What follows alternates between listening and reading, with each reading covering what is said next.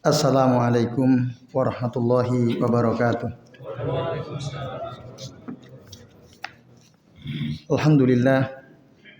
Alhamdulillahilladzi hadana li hadza wa ma kunna linahtadiya laula an hadanallah.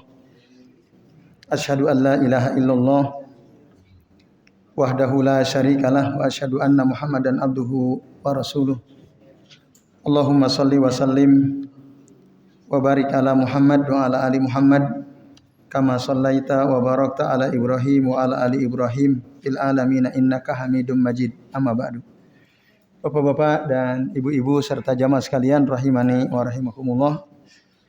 Alhamdulillah pada kesempatan kali ini kita masih bisa berjumpa kembali untuk melanjutkan ngaji kitab Al-Aqidah As-Safariniyah karya Syekh Al-Imam Muhammad bin Ahmad bin Salim bin Sulaiman As-Safarini rahimahullah.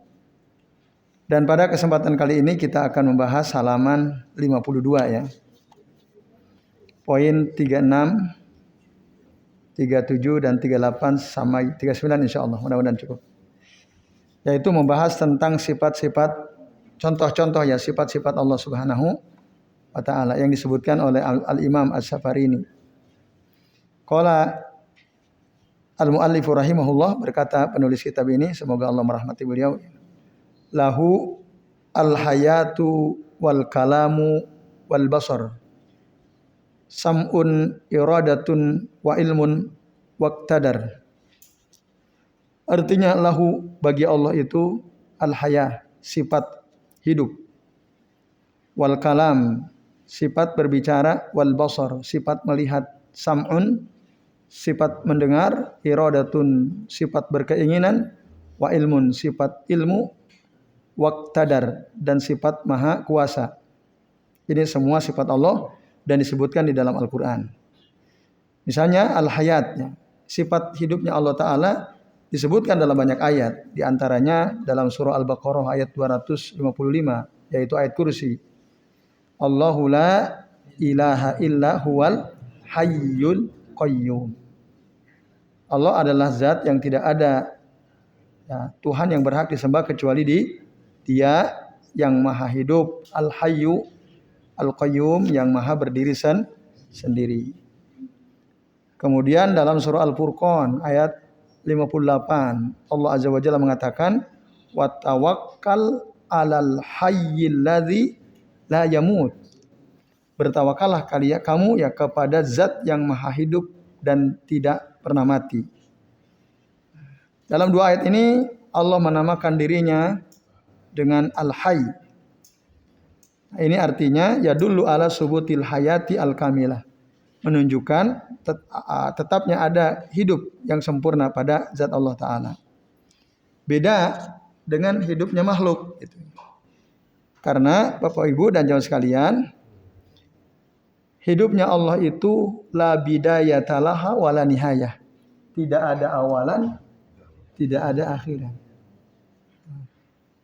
Berbeda dengan hidupnya kita. Hayatul makhlukin, hidup makhluk itu, fa innaha hayatun naqisatun laha bidayatun walaha nihayah. Hidup kita ini, hidup memang kita sekarang, tapi ada permulaan. Sebelum kita hidup, apakah kita langsung ada? Enggak ya, ada proses dulu. Tadinya tidak ada, baru kemudian ada. Pun begitu nanti, kalau kehidupan makhluk itu ada akhirnya. Walaupun nanti kalau sudah masuk neraka atau surga, sudah lagi tidak ada kematian. Kalau sudah masuk neraka atau masuk surga, kekal. Maka ada mati itu nanti di dunia ya. Setelah nanti dihisab, ditimbang, kemudian masuk telaganya Rasul, nyebrang Sirat, akhirnya di mana dia, di surga atau neraka? Kata Nabi, ketika para penduduk surga sudah masuk surga, penduduk neraka sudah masuk neraka, Allah datangkan kematian dalam bentuk seekor kambing bertanduk. Lalu kemudian ditanyalah para penduduk surga neraka, apakah kalian tahu apa ini? Qalu na'am, iya kami tahu. Fa innahu al-maut, sesungguhnya itu adalah kematian. Summa zubiha, kemudian kematian itu disembelih. Nah, lalu dikatakan kepada para penduduk surga, khuludun bila maut.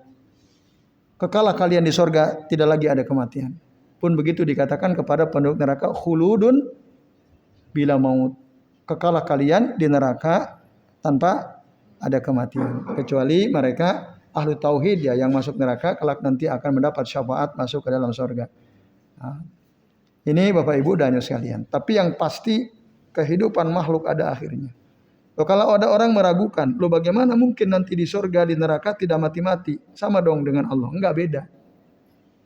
Kalau makhluk dia sempat merasakan kematian. Allah tidak pernah mati. Beda jelasnya. Kemudian kalam. Allah berbicara, Allah punya sifat bicara. Tapi nah ini hati-hati bos sekalian. Allah itu punya sifat berbicara. Kaidahnya gini, tidak setiap sifat diambil darinya nama Allah. Tapi setiap nama Allah pasti mengandung sifat. Ini kaidah penting. Saya ulangi ya, saya balik. Setiap nama Allah pasti mengandung sifat. Tapi tidak setiap sifat Allah mengandung nama. Bisa dipahami? Contoh sifat Allah itu apa? Nama Allah apa sih? Contoh nama Allah. Nah, Ar-Rahman. Itu namanya. Apa sifat yang terkandung dalam nama Ar-Rahman? Sifat rahmat. Apalagi? Sami, mendengar ya. Allah itu Sami, itu nama Allah. Sami'un itu nama Allah. Basirun nama Allah. Nah, di dalam makna kata Sami, Basir itu nama terkandung sifat. Apa sifat yang terkandung dalam nama Allah yang disebut Sami? Mendengar, as-sam'u. Nah, Allah punya sifat as-sam'u. Iya, maha mendengar itu namanya. Sami'un itu maha mendengar, itu nama Allah. Sifatnya as-sam'u. Allah itu punya sifat Basirun itu nama Allah. Apa sifat yang terkandung dalam nama Basir? Basar, melihat. Nah, Nasirun, nah, berarti Allah punya sifat An-Nasr. Asal jangan ditambahi khosman, karena bahaya. Kalau khosman ngeyel itu artinya. Khosman itu ngeyel betul. Ya, ngeyel. Itu dari bahasa Arab itu ya. Nah, Bapak Ibu dan sekalian, itu. Nah, kemudian kata kalam ini itu sifat, tapi kita tidak bisa lalu mengambil dari sifat kalam menjadi Allah itu mutakalim. Nah, itu hati-hati itu. Oh, Allah itu mutakalim, itu nggak boleh. Tidak boleh. Allah maha berbicara. Karena tidak ada sifat mutakalim. Nah, ada yang mengatakan sebagian ulama seperti itu. Tapi kalau dalam sifat 20 ada nggak? Mutakalim. Wujud kidam bako mukhalafatul lil hawadisi qiyamuhu bi nafsihi wahdaniyat qudrat iradat ilmu hayat sama basor kalam nggak ada juga. Mutakalim nggak ada. Sama basor kalam qadirun muridun. Nih Pak Nasir hafal? Ada nggak mutakalim di sifat 20? Ada ya. Nah, kalau sami ada samian itu sama sebenarnya. Samian. Basiron mutakaliman ya. Nah, ada mutakaliman. Nah, itu pembicara ya. Itu kalau dicari dalilnya dalam Al-Quran dan dalam Sunnah nggak ada gitu. Mutakalim nama. Tapi kalau kalam ada. Kalam itu sifatnya. Tapi tidak setiap sifat mengandung nama. Nah, ini Bapak sekalian. Banyak ayat yang menunjukkan Allah itu punya sifat kalam. Di antaranya surah At-Taubah ayat 6. Hatta yasma'a kalam Allah. Sampai dia mendengar perkataan Allah. Yuridu yuriduna an yubaddilu kalam Allah. Mereka ingin merubah kalam Allah. Walamma jaa Musa limiqatina wa kallamahu rabbuhu. Ketika Musa datang pada waktu yang telah kami janjikan, wa kallamahu rabbuhu. Allah langsung berbicara kepada Musa. Dan seterusnya. Nah, ada beberapa ayat yang lain yang menunjukkan Allah itu yatakallam. Kallamallahu Musa taklima. Allah langsung berbicara kepada Musa. Kemudian bicara Allah itu ada dua. Ya, bisa dengan nida. Nida itu dengan suara keras. Bisa dengan munajat. Munajat itu tidak dengan suara keras. Ya, bisaut khofi. Contoh ya, di dalam surah Maryam ayat 52 disebut semua tuh. Wa nadainahu min janibit turil aymani wa qarrabnahu najiyya. Kami panggil Musa dengan suara keras min janibit tur al-ayman, dari sisi kanan gunung Sinai, Tur Sinai ya. Wa qarrabnahu najiyya. Lalu kami dekatkan dia untuk bercakap-cakap dengan Musa. Nah, ada kata najiyah dengan nadainahu. Munadat itu suara keras, bicara dengan suara keras. Kalau munajat itu berbicara dengan suara khafi, lirih. Nah, maka kita berdoa itu dengan munajat, bermunajat kepada Allah. Nah, ini Bapak Ibu dan sekalian. Nah, dalam ayat tadi digabung semua. An-nida ay al-munadat dan al-munajat. Dilakukan semua oleh Allah kepada Musa. Nah, sementara Bapak sekalian, Allah juga berbicara kepada Nabi Adam. Misalnya dalam surah Al-A'raf ayat 22 ya. Wa nadahuma rabbuhuma alam anhakuma antilkuma syajarati wa aqul lakuma innasyaitana lakuma aduwwum mubin. Ada kalimat wa nadahuma, dan Allah menyeru Adam dan Hawa, Rabbuhuma, ya Tuhan mereka berdua, alam anhakuma, bukankah aku telah melarang kalian berdua antil kumas sajaroti, dari pohon tersebut, dan seterusnya. Nah ini sekalian, tapi bicara Allah kepada hamba ini, ya, pada hari kiamat di padang mahsyar semua makhluk mendengarnya. Allah juga mendengar, Allah juga berbicara kepada para penduduk surga dan mereka menikmati. Yatalazzazuna bi kalamihi wa munajatihi lahum subhanahu wa ta'ala. Jadi penduduk surga senang diajak bicara oleh Allah subhanahu wa ta'ala. Dan kalam itu sifat fi'liyah, qadimatun nau hadisatul ahad. Qadimatun nau, ya dari dulu nggak ada permulaan Allah itu bicara. Tapi, nah hadisatul ahad artinya Allah kadang bicara, Allah juga kadang diam. Yatakallamu idza syaa.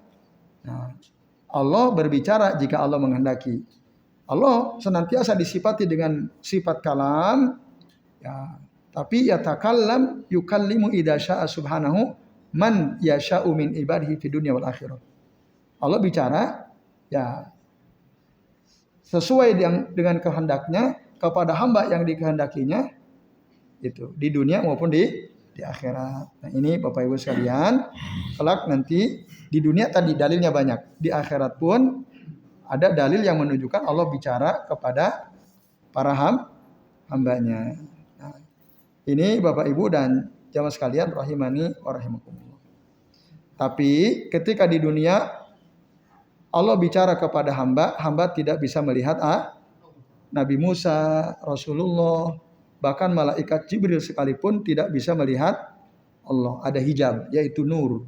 Nah, dalam hadis sahih, hijabuhu min nurin. Ada hijab penghalang dan penghalangnya itu cahaya. Jika penghalang itu dihindarkan, disingkirkan, maka akan terbakar seluruh apa yang dilihat oleh Allah Subhanahu wa taala. Tapi di sorga, nah, wa amma fil akhirah wal jannati fa innallaha yu'tihim al-quwwata yastati'una biha ru'yatahu subhanahu wa ta'ala. Tapi nanti di sorga Allah memberikan kepada manusia kekuatan sehingga mereka mampu melihat Allah, melihat, dan itu suatu kenikmatan luar biasa. Nikmat paling besar itu mampu melihat Allah, wajahnya Allah Subhanahu wa taala, kama yarawnal qamara lailatal badr, kata Nabi. Sebagaimana mereka melihat bulan di malam purnama. Nah, Bapak Ibu perhatikan ini sedikit terakhir ya. Jadi dalam hadis dikatakan, kelak nanti kita, amin ya, kita para penduduk sorga bisa melihat Allah Ta'ala kama yarawnal qamara lailatal badr, sebagaimana mereka melihat bulan di malam purnama. Ini kira-kira menurut Bapak Ibu, kama yarawnal qamara lailatal badr, ini tamsil apa tasbih? Mereka kelak nanti di sorga bisa melihat Allah sebagaimana mereka melihat bulan di malam purnama. Pertanyaannya, ini tamsil apa tasbih?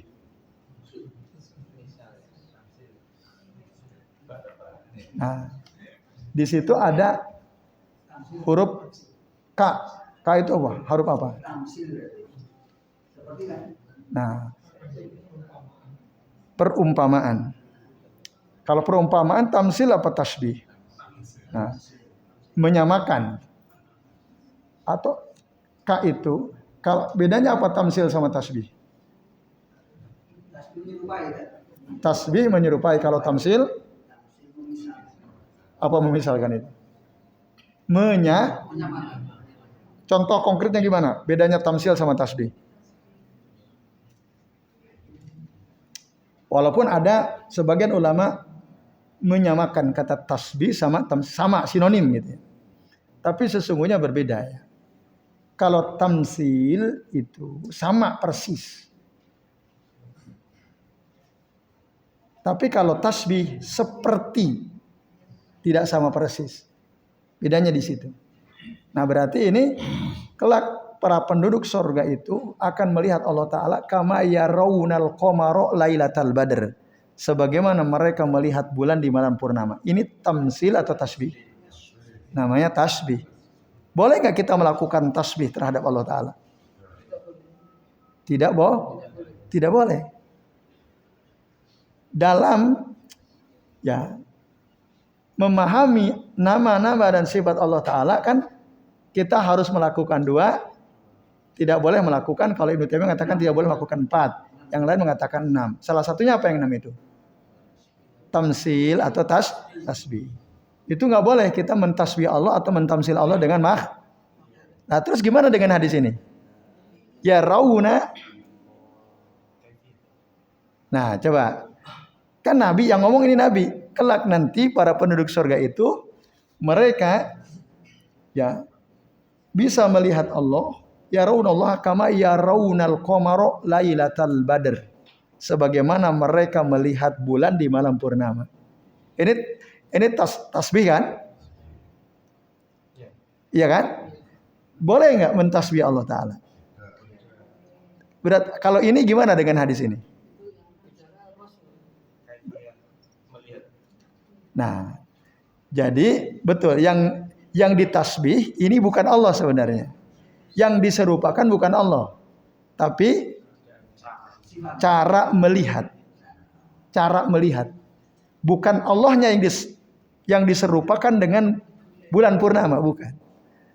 Tapi cara kita melihat Allah kelak di sorga itu sebagaimana kita melihat bulan di malam artinya apa? Jelas sekali itu. Nah, ini hati-hati ya. Karena ada orang ya memahami ini keliru. Oh, itu boleh kok Allah ditasbih gitu ya. Dalilnya ini. Ini bukan Allahnya yang diserupakan dengan bulan, bukan. Tapi sifat melihatnya. Jelas gitu. Nah, ini Bapak Ibu dan jamaah sekalian rahimani wa rahimakumullah. Oke, karena sudah Isya, kita break dulu sebentar. Silakan yang bertugas muadzin.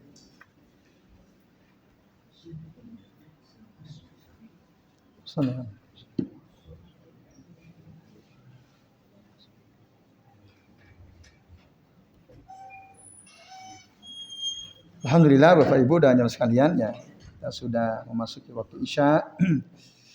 Kita lanjut lagi sedikit ya. Jadi tadi sampai al-basar ya. al-kalam ya. Sama Allah basar. Itu juga banyak ayat yang menunjukkan Allah itu basar sekaligus sam'un. Allah punya sifat basar, Allah punya sifat sam'un. Nah, di antaranya dalam surah Al-Hajj ayat 75, Al-Isra ayat 1 atau surah An-Nisa ayat 134. Innallaha sami'um basir. Surah Al-Hajj ayat 75. Sami'um basir itu nama atau sifat Allah? Sami'um basir nama atau sifat Allah? Nama dan mengandung sifat. Itu nama dan mengandung sifat. Nah, kalau sifatnya apa? As-sam'u dan basar gitu. Yaitu Bapak sekalian basar. Kemudian sekaligus itu sam'u ya sifat Allah. Kemudian iradatun wa ilmun waqtadar. Iradah itu artinya Allah punya sifat berkeinginan. Banyak ayat diantaranya dalam surah Al-Buruj ayat 16. Fa'alu lima yurid. Allah itu akan melakukan apa saja yang Allah inginkan. Nah, cuman iradah Allah itu ada dua kata para ulama. Ada iradah kauniyah, ada iradah syar'iyah. Apa itu bedanya? Kalau iradah kauniyah, keinginan Allah Ta'ala yang pasti terjadi. Tidak bisa ditolak oleh siapapun. Nah, dan itu bisa disukai oleh Allah, bisa juga tidak disukai oleh Allah. Itu iradah kauniyah. Sesuatu yang terjadi tidak bisa ditolak. Bisa jadi Allah menyukainya, bisa jadi Allah tidak menyukainya. Nah, contoh misalnya, Bapak Ibu dan jamaah sekalian, a'azani Allahu wa iyyakum ajmain.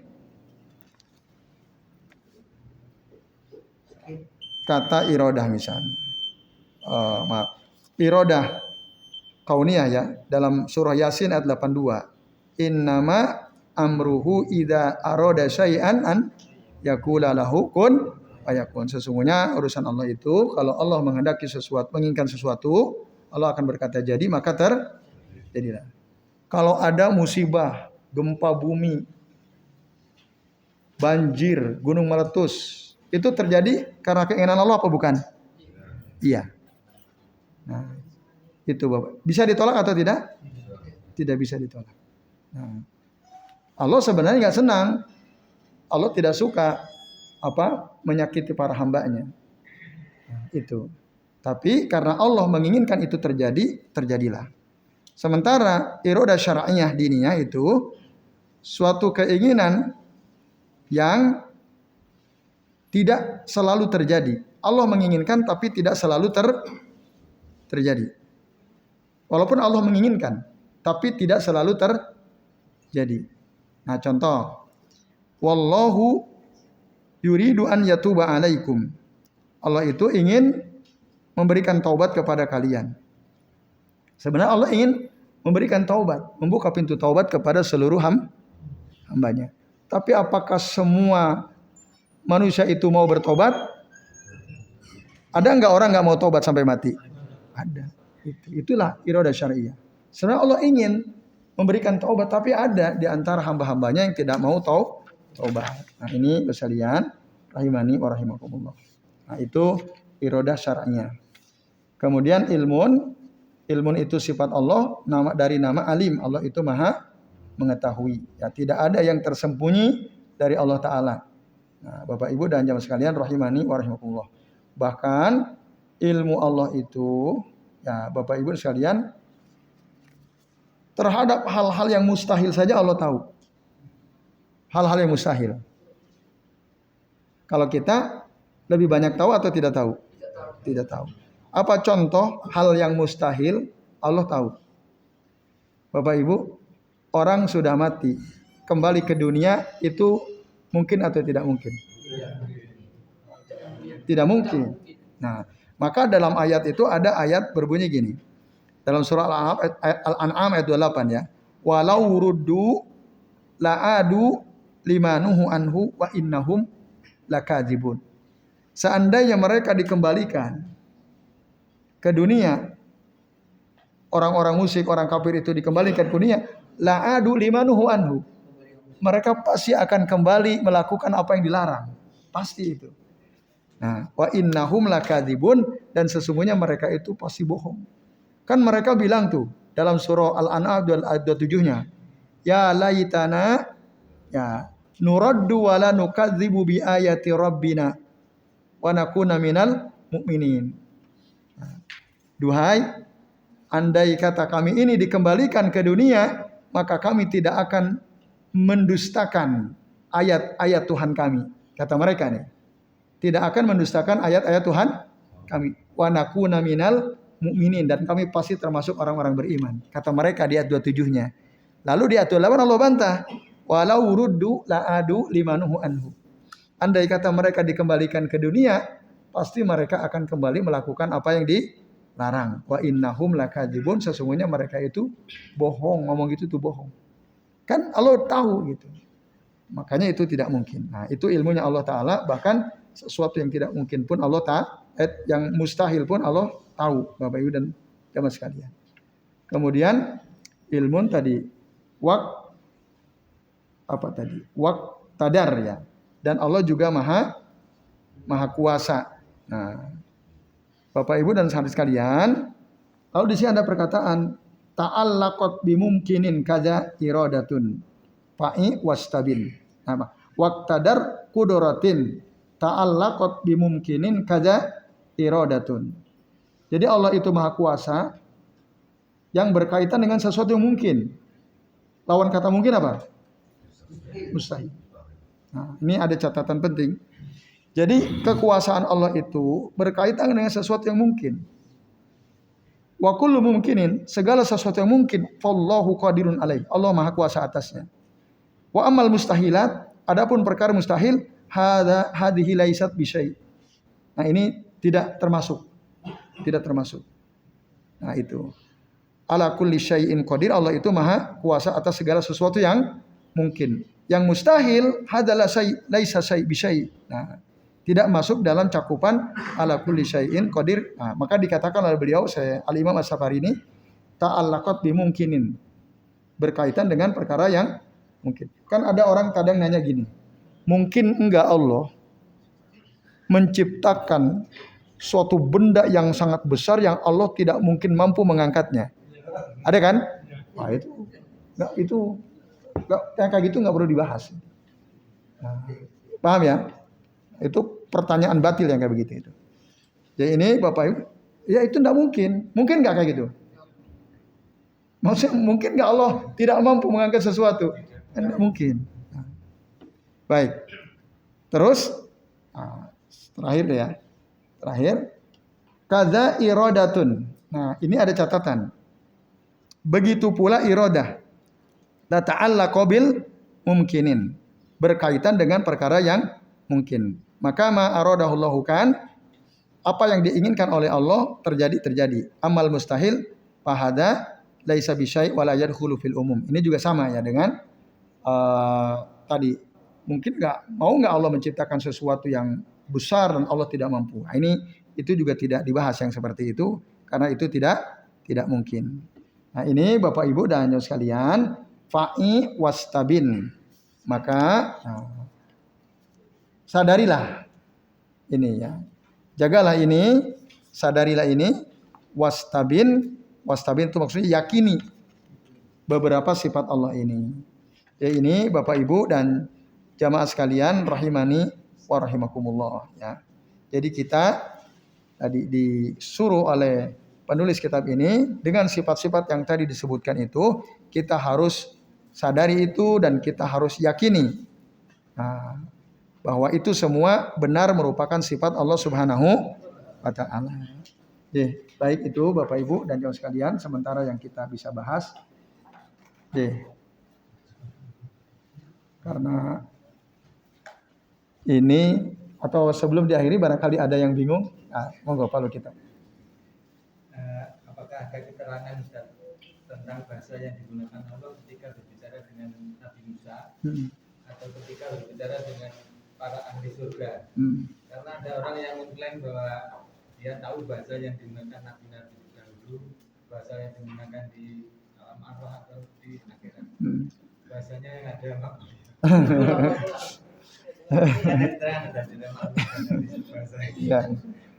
Ya.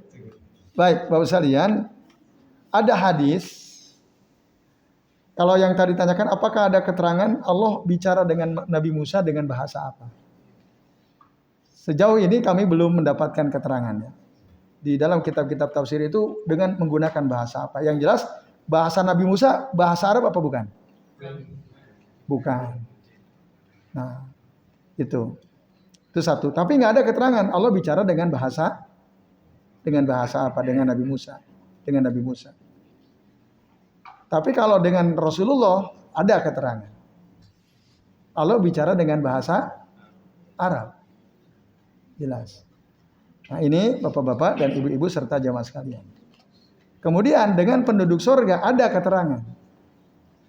Dalam salah satu hadis yang dikeluarkan oleh Al-Imam As-Suyuti dalam kitab Al-Jami'us Shaghir, Rasulullah SAW bersabda, "Ahibbu al-araba li salasin." Cintailah oleh kalian bahasa Arab karena 3 perkara. Nah, yang pertama apa? Fa inni arabun, kata Rasul. Karena aku ini orang Arab. Jadi kalian cinta itu bahasa Arab. Yang kedua, fa inna lugatal Qur'ani Arab. Karena bahasa Al-Qur'an bahasa Arab. Yang ketiga, fa inna lugata ahlil jannati Arab. Karena sesungguhnya bahasa penduduk surga itu bahasa Arab. Itu ada keterangannya. Kalau antum tanyakan penduduk surga. Walaupun, nah ini makanya ini Bapak Ibu harus belajar bahasa Arab kalau ingin masuk surga nih. Ya. Li'anna lugata ahlil jannati Arab. Nah.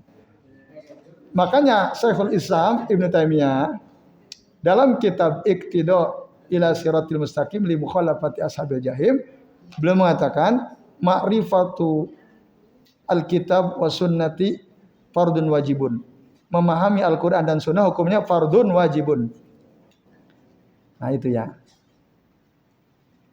Tapi tidak mungkin kita ini wala yubhamu al-kitab wala sunnatu illa bil lugatil arabiyyah. Al-Quran dan Sunnah tidak mungkin bisa dipahami dengan baik kecuali dengan bahasa Arab. Maka al-Arabiyyah itu juz'un min dinikum, kata Umar bin Khattab. Bahasa Arab itu bagian dari agama kalian. Maka kesimpulan akhir kata Syaikhul Islam apa? Nah, belajar bahasa Arab itu fardun wajibun. Belajar bahasa Arab itu fardu wajib. Kenapa? Karena Al-Quran Sunnah la yufhamu illa bil Arabiyyah. Ma la yatimu al-wajibu illa bihi fa huwa wajibun. Suatu perkara yang tidak mungkin sempurna kecuali dengan sesuatu yang lain, maka sesuatu yang lain itu menjadi wajib hukumnya. Gitu. Kata Syekhul Islam Ibnu Taimiyah. Itu ada keterangannya. Walaupun beliau mengatakan, tapi sanad hadis ini dhaif. Nah, yang tadi yang cintai bahasa Arab 3 perkara. Sanadnya dhaif tapi maknanya sahih katanya. Kata beliau, maknanya sahih. Wallahu a'lam bishawab. Nah. Ya baik, Bapak Ibu dan jemaah sekalian, sementara ini dulu ya. Insyaallah nanti kita lanjut lagi. Mari kita akhiri dengan doa kafaratul majlis. Subhanakallahumma wa bihamdika asyhadu an la ilaha illa anta astaghfiruka wa atubu ilaik. Wassallallahu ala Muhammadin wa ala alihi washabihi wa baraka wa sallama alaihi ajmain.